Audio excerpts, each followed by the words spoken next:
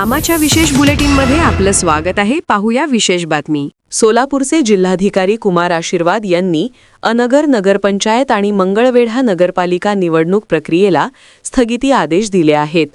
सुधारित निवडणूक कार्यक्रमानुसार पुढील कार्यवाही होणार आहे. राज्यभरात चर्चेत असलेली अनगर नगरपंचायतीच्या नगराध्यक्षपदाची निवडणूक तात्पुरती थांबवण्यात आली आहे.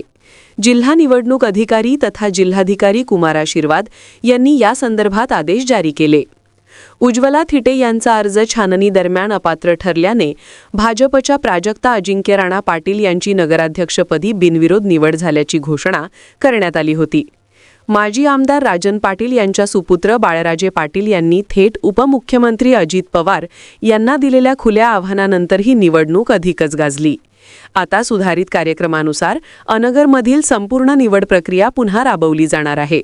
अनगर प्रकरणात न्यायालयाचा निकाल 25 तारखेला लागल्याने तांत्रिक कारणास्तव प्रक्रिया थांबवावी लागल्याचे आदेशात नमूद आहे. पुढील टप्प्यात प्रत्येक पदासाठी केवळ एकच अर्ज असल्याची माहिती निवडणूक आयोगाला देण्यात येईल आणि त्यानंतरच बिनविरोध निवडीची अधिकृत घोषणा होणार आहे. अनगर नगराध्यक्ष पदासाठी 3 उमेदवारांनी अर्ज दाखल केले होते. भाजपाकडून प्राजक्ता अजिंक्य राणा पाटील, राजन पाटलांची सून, राष्ट्रवादी काँग्रेस अजित पवार गटकडून उज्ज्वला थिटे, अपक्ष म्हणून सरस्वती शिंदे. छाननी दरम्यान उज्ज्वला थिटे यांच्या नामनिर्देशन पत्रावर सूचकाची सही नसल्याचा आक्षेप घेतला गेला आणि त्यांचा अर्ज अपात्र ठरवण्यात आला. यानंतर अपक्ष सरस्वती शिंदे यांनीही आपला अर्ज मागे घेतला.